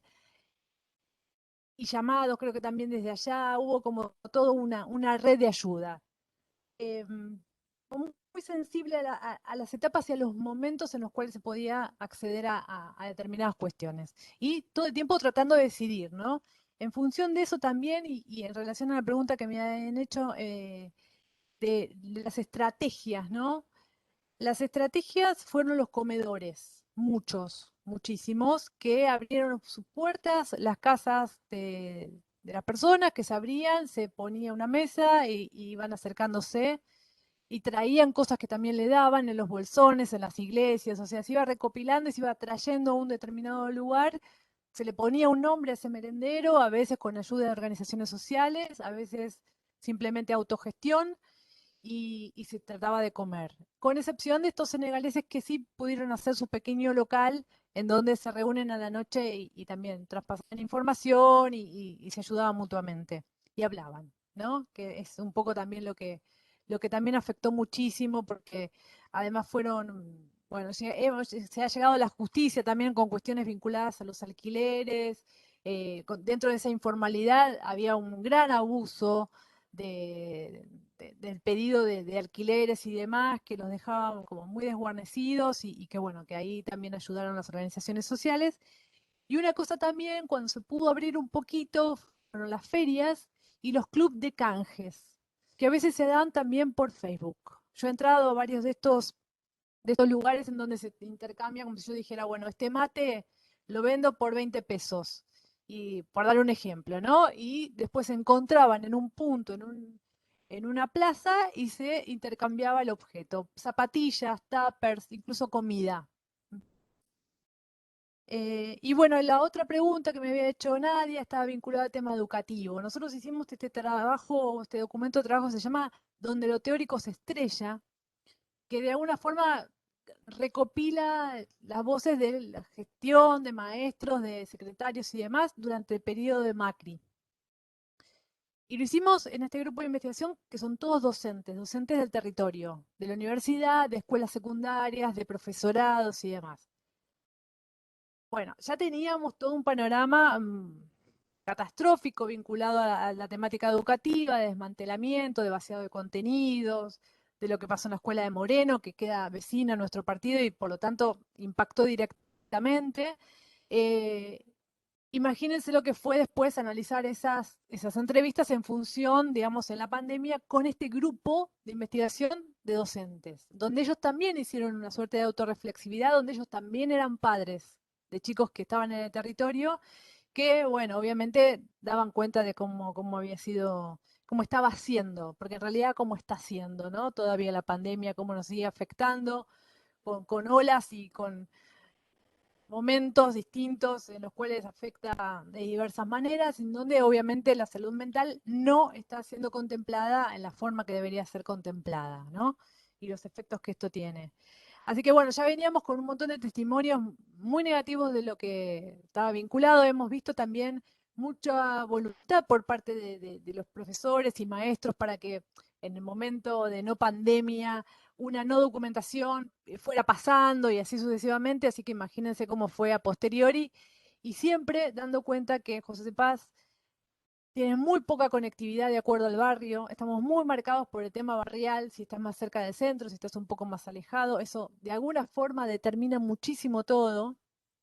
Por eso también como este tema, bueno, vos lo sabes mejor que nadie, pero de lo judicial y de cómo esto que no sea un servicio elemental, cómo fue parado y demás, tiene repercusiones en los barrios, porque lo pagan con datos. Nosotros tenemos investigadores a los cuales, digamos, le pagamos los datos un poco para que se pueda de alguna forma conectar a una reunión y demás. Entonces, imagínense cómo será con un celular en una casa, con 3 chiquitos en distintas instancias educativas, digamos, fue, fue muy grave, podríamos decir. Espero haber recorrido bien, si no, por supuesto, siempre a disposición.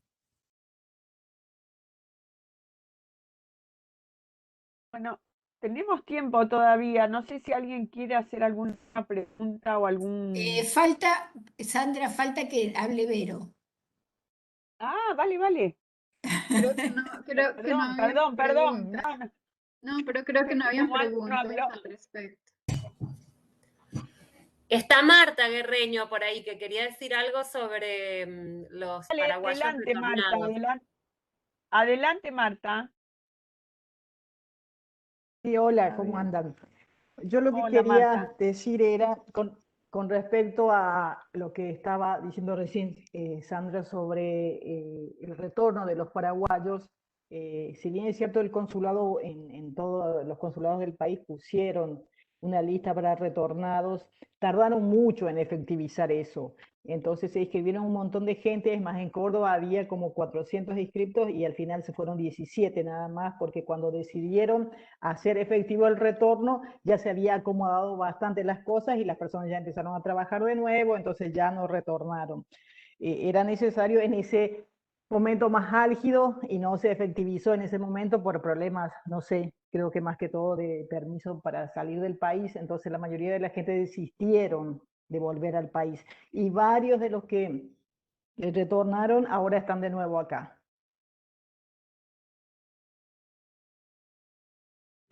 Tal vez Muchísimas gracias.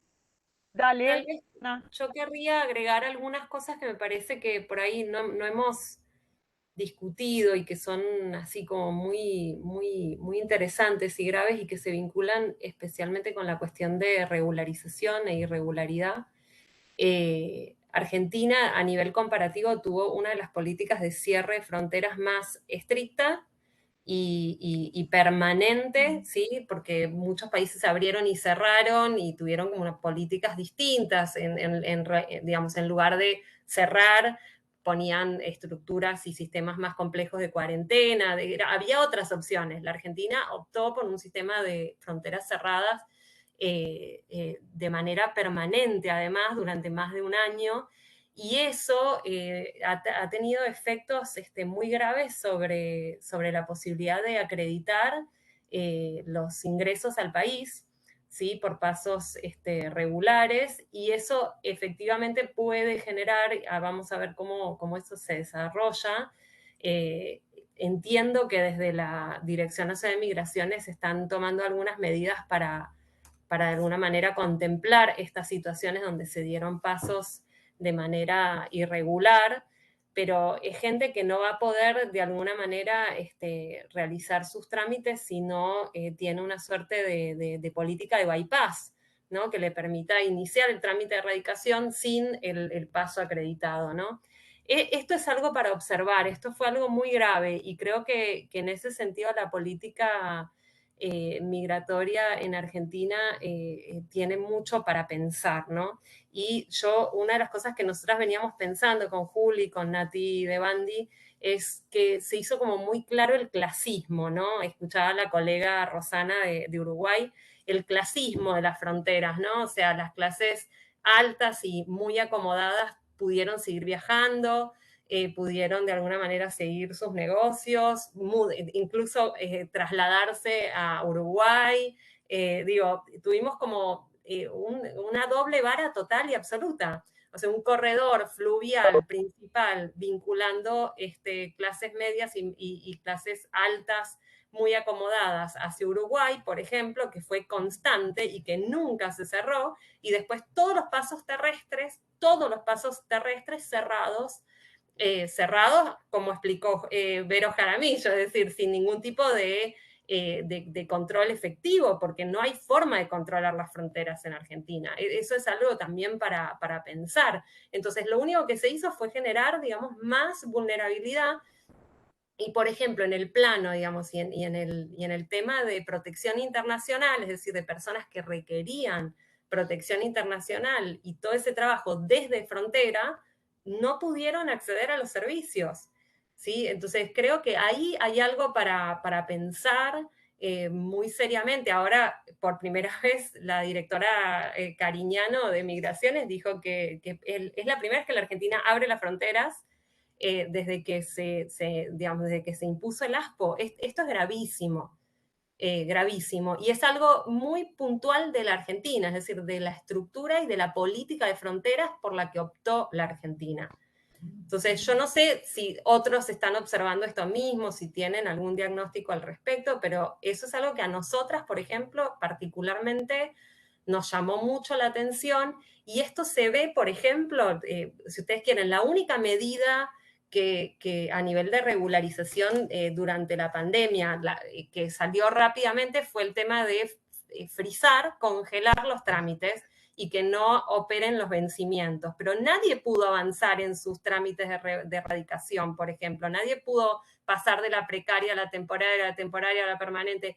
Y eso fue también muy grave, ¿sí? Sobre todo teniendo en cuenta que por ejemplo, organismos como el ANSES te piden una cosa que se llama residencia legal, que básicamente es una residencia temporaria o permanente, y temporaria hasta ahí nomás, porque dependiendo, ¿sí?, del efector público, entienden una cosa o la otra, y eso se vio súper claro con el IFE. A muchos migrantes se les rechazó el pedido de IFE porque no tenían permanente, y en realidad la normativa supuestamente es clara de que tenían que incluir a los que tenían temporario y permanente. Digo esto porque, digamos, escuchando a Vero y escuchando los debates, es algo que hay que discutir, me parece, respecto de lo que deja la política migratoria y de control de fronteras la pandemia, ¿no? Cosas que nos deja para pensar y cosas que se manejaron, digamos, desde cualquier criterio bastante mal y sin una perspectiva de derechos humanos, ¿no? No solo eso, Ana, sino hay muchísimas personas ahora que están perdiendo la asignación universal porque han salido, suponte en marzo o en febrero, estuvieron esperando que se abra la frontera, llega un tiempo que los chicos tienen que ir a la escuela y todas las cosas, entonces se volvieron de una forma irregular sin ser registrados, que Paraguay, Brasil, Bolivia, todos tienen para pasar sin ser registrados, hay muchísimos pasos fronterizos ciegos, y pasaron por ahí y ahora le han sacado a todos la asignación universal, por ejemplo, porque tienen salida y no tienen ingreso, y según migraciones esas personas están fuera del país. y los únicos que pueden resolver ese tema son la gente que quiere hacer renovación de su documento o que quiere hacer solicitud de primer trámite. Solo los venezolanos le permiten porque pueden solicitar la condición de refugiados. Pero también es absurdo porque le dan una precaria y nunca le va a llegar el DNI, porque si no tiene en algún momento el ingreso, no le van a dar nunca el DNI. Entonces es como un documento absurdo porque cada 3 meses tiene que ir renovando y hasta que no vuelvan a salir del país no van a tener nunca el DNI. Entonces todos son absurdos que supuestamente resuelven un problema, pero tendría que haber políticas más explícitas para este caso y sobre todo para que la gente pueda demostrar con una declaración jurada o con otro tipo de documentación que están en el país, porque van a ANSES y dicen, acá estoy, acá tenés toda la presentación de que mi hijo estuvo haciendo las clases todo el año, que fue la parte presencial, fueron presencial, pero dicen, no, la asignación no puede recibir porque según migraciones vos estás fuera del país. Sí, yo puedo... Dale, No, sí, no, vos, quería decir Vero, eso. Tienen la mano vos y después levantada Rosana, Vero sí, y Natalia, y nos quedan sí, Natalia 16 está. minutos. Sí, Victoria, tranquila, hay tiempo de sobra. digo, ¿quién Verónica, es? Natalia estaba de antes. Natalia estaba de antes. Vero, Natalia, y después Roxana.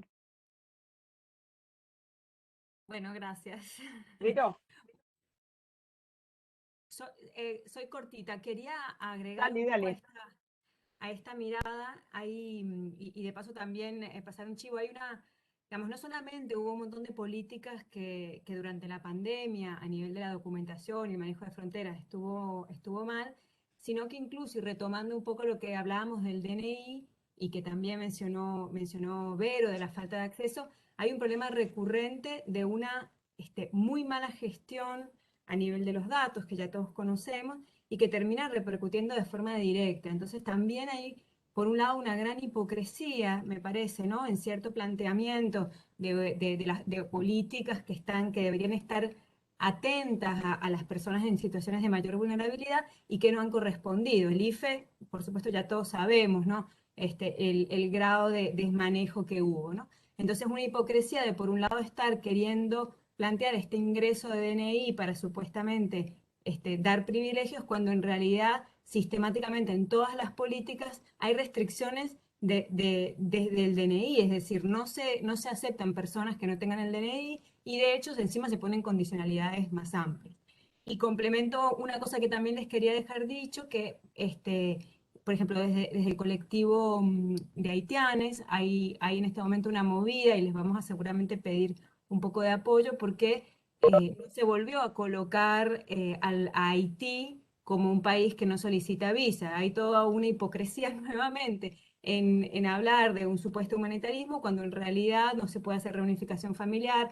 El consulado en Puerto Príncipe está cerrado, con lo cual nadie puede ir a solicitar ninguna clase de visa. Los ingresos de estudiantes haitianos vienen bajando sistemáticamente en los últimos años, desde que en el macrismo se incorporó esto, con lo cual, bueno, hay como un montón de cosas. Logramos que se derogue el DNU recién en marzo de este año, pero bueno, hay como todo un montón de cosas muy solapadas que están incidiendo, me parece, también de forma directa en esto que presentaban las compañeras. Quería comentar eso. Gracias, Bueno, Natalia, Vero. así yo acuerdo con la preocupación de Ana Paula del tema de la permanente y la solicitud de permanente para algunos trámites. No solo me preocupa, sino que me parece eso, como cínico plantear en términos, te doy un documento, una precaria, te regularizo y después te digo que tiene que ser, que la residencia legal, que dicen en todos los programas sociales, te la exijo como residencia permanente, ¿no? O sea, ¿qué es lo que me dan antes? ¿Una residencia ilegal?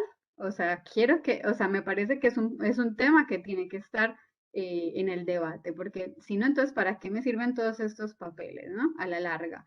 ¿Qué es lo que me están dando cuando me da la precaria? ¿Y por qué las personas que intentan regularizarse con necesidad de protección internacional vía refugio se pasan 3 o 4 años sin la precaria, pudiendo hacerlo por otra vía capaz? Y nunca tienen acceso a ese tipo de trámites, que además son las personas que están más jodidas porque no tienen nada y vienen en situaciones bastante más complejas, no tienen posibilidad de acceder a ninguno de los programas sociales que pueden contenerlos en la emergencia y en una emergencia grave mundial, ¿no? No estamos hablando de pasa cualquier cosa. Además de que ya vienen de otra situación bastante compleja, pensando en una población como la venezolana que viene caminando desde Venezuela, y eso ya dice todo, ¿no? Pero bueno, de esa como otras poblaciones, insisto, pienso que es bastante más complejo de lo que nosotros nos imaginamos y me parece grave que no hayamos podido resolver, que un organismo oficial no sepa decirle al resto la residencia es legal desde el primer momento y punto. O sea, no tiene que someterse a interpretación de nadie. O sea, como eso, me parece que falta voluntad política. O sea, es simplemente una firma o una orden o algo que permita hacer que las personas ingresen a los programas sociales para contenerlos en la emergencia cuando ya están plenamente identificados en el país. Ni hablar de quienes no tienen el sello de ingreso y van a tener muchos más problemas después. Eso punto uno. Punto dos, vimos algo que a mí me llama mucho la atención y es visas de reunificación familiar, ¿no? Como el Estatuto Mercosur desapareció por completo, entonces todas las personas que intentaron entrar a la Argentina tenían que pagar $500 si eran parejas de un argentino. Entre 500 y $900. Sí, eran parejas de argentinos. Es como revocamos todos los acuerdos de libre residencia que habían. Conocí casos de parejas binacionales, chilenas argentinas, brasileras argentinas, que tenían que ir al consulado y pedir una visa de $900 para poder ingresar al país. Entonces era como, y si no, se tenía que hacer un casamiento consular, ¿no? Entonces, y bueno, pero además del casamiento, los $900, porque si no estaban casados no podían ingresar. Entonces, esa idea de la reunificación familiar que emergió en la pandemia, que era un tema que nosotros nunca nos preocupamos por ver ni analizar, creo que es algo que también es súper novedoso y súper interesante para analizar, porque un poco se movieron todas sí, todas las normativas nos las pasamos por la piedra diciéndolo mal y pronto, ¿no?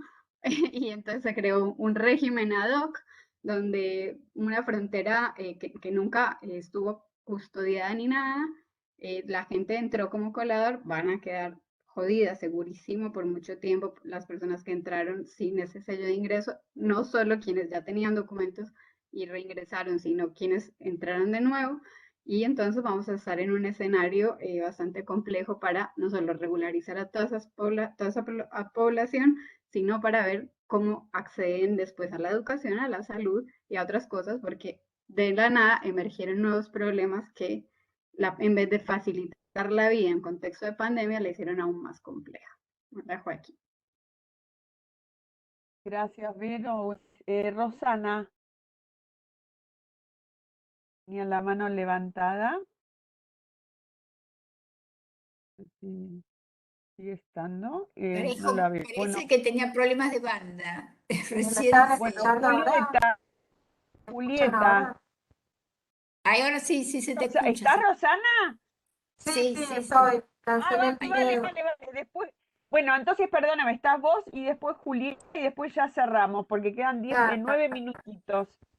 No, 2 segundos. Digo, lo que decía la Paula, digo, nada mejor expresado, y lo que está diciendo Marta de Rey y Verónica, sí, yo creo que lo que emerge, lo absurdo, lo arbitrario de todo esto, de las documentaciones, lo que ha traído el cierre de fronteras. Agrego a eso, sí, había, es interesante ver, digo, qué está pasando acá también con la organización familiar, determinados colectivos pueden entrar, determinados otros no, y otros, como les digo, entran con un contrato de trabajo bastante bueno, por cierto, y que sin duda augura mejores intenciones y mejores desarrollos.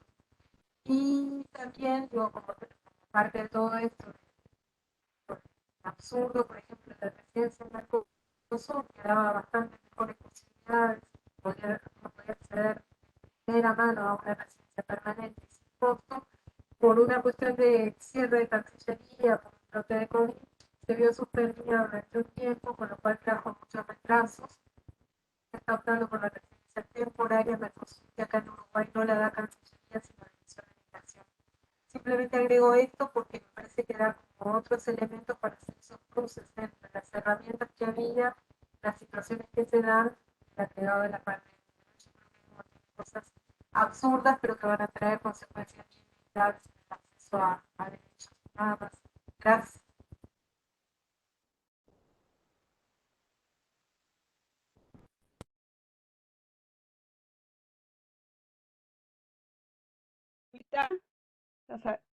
¿Se me escucha bien? Perfecto, perfecto. Bien, no, tuve muchas dificultades para escucharla, Rosana. No, más un poco ya, y cerrando a modo enunciativo, pensé que Nat lo iba a traer a colación, pero digo, lo dejo planteado acá para que de alguna manera forme parte de la agenda. Una de las últimas cuestiones que estamos indagando con las compañeras, que está directamente relacionado con, obviamente, esta afectación diferencial de la población migrante en pandemia, la documentación, los criterios de exclusión en distintas esferas del Estado. Me parece que lo que tiene que ver con el tema vacunas no puede quedar fuera de discusión, digamos, de este debate que estamos teniendo. Si bien está muy dificultoso el acceso a datos fidedignos respecto del tema, sí es una realidad que hemos podido empezar a indagar con las compañeras, las enormes dificultades y que las organizaciones también traen y denuncian y han puesto sobre el tapete sobre, en principio, la falta de correspondencia con esta pretendida universalidad que por ahí desde lo discursivo se está planteando y las dificultades operativas múltiples que se han encontrado en las distintas jurisdicciones del país que están particularmente gestionando las plataformas online de inscripción y solicitud de turnos para vacunación, donde la exigencia del DNI, bueno, en principio se ha planteado como la principal limitación. En algunas jurisdicciones, vía trabajo de incidencia de organizaciones ante autoridades pertinentes, han empezado a establecer posibilidad de inscripción con documentación alternativa, pero en muchísimas otras no, y también se han presentado problemáticas cuando se producen las llamadas espontáneas de determinadas franjas etarias para poder vacunarse, donde ahí ya en la práctica también se presenta una dificultad de inscripción de la persona migrante en los registros oficiales independientemente de las plataformas digitales, de modo tal que hay también ahí toda una cosa que hay que empezar a quizás relevar con mayor rigurosidad, sistematicidad y comparabilidad al interior del país en tanto esta gestión que cada provincia está haciendo del plan de vacunación en materia de inscripciones. Pero bueno, lo dejo planteado al final del debate como para que sea parte al menos, pero que no quede ausente. Sí, muchas gracias, Julieta. No, un tema crucial, crucial, absolutamente. Y esto también de las diferencias, ¿no? De según dónde, según quién, qué se accede, a qué cosas, de qué modo, de qué manera. Toda esta cuestión de estratificación. Bueno, me están ya sacando tarjeta amarilla de los organizadores, pero igual quedan 4 minutos, o sea que Sí, estuvo bárbaro. quería Estuvo pedirle a bárbaro, Susana sí, si quería Victoria. cerrar y Sí, decir algo. bueno, perfecto. Yo quería antes, quiero agradecerle a las participantes, a las Sí, por ponentes, a los supuesto. asistentes por todo, muchísimas gracias. Y a Susana, también le quería agradecer por Claro. su iniciativa, por ser la impulsora de esta actividad y de tantas otras. Susana, estaría buenísimo que cierres. Sí. Gracias, Sandra. No, yo también, un agradecimiento enorme, estoy como muy contenta, muy eufórica con todo lo que han dicho, que me han actualizado completamente. Pensaba, ya que tenemos tantas mujeres que saben tanto y que han detectado tantas dificultades e inconvenientes, ¿no sería bueno hacer un listadito y pedir una entrevista con la Directora Nacional de Migraciones? Desde la academia nos ofrecemos a usted, señorita o señora, no sé si es señora, y tenemos estos inconvenientes que hemos detectado muchas veces producto de grandes investigaciones en territorio, que demandan mucho esfuerzo, que por ahí la DNM no lo puede hacer, y nosotros los estamos ayudando. Y presentarles el listado y pedir una audiencia con ella o con alguno que tenga de segundo, y empezar a presionar, porque si no presionamos no vamos a conseguir nada. Nada más que eso. Les agradezco y los certificados a disposición de todas. Gracias. Bueno, yo también quería agradecerle a todas y la verdad que fue un lindo momento que hemos pasado porque realmente es empezar a conocer un poco más todo lo que pasó en pandemia, no lo personal, sino lo social, ¿eh? Y todo el tema migratorio que es tan severo para estos momentos. Es peor que siempre. Bueno, muchas gracias a Susana y a todas, ¿eh?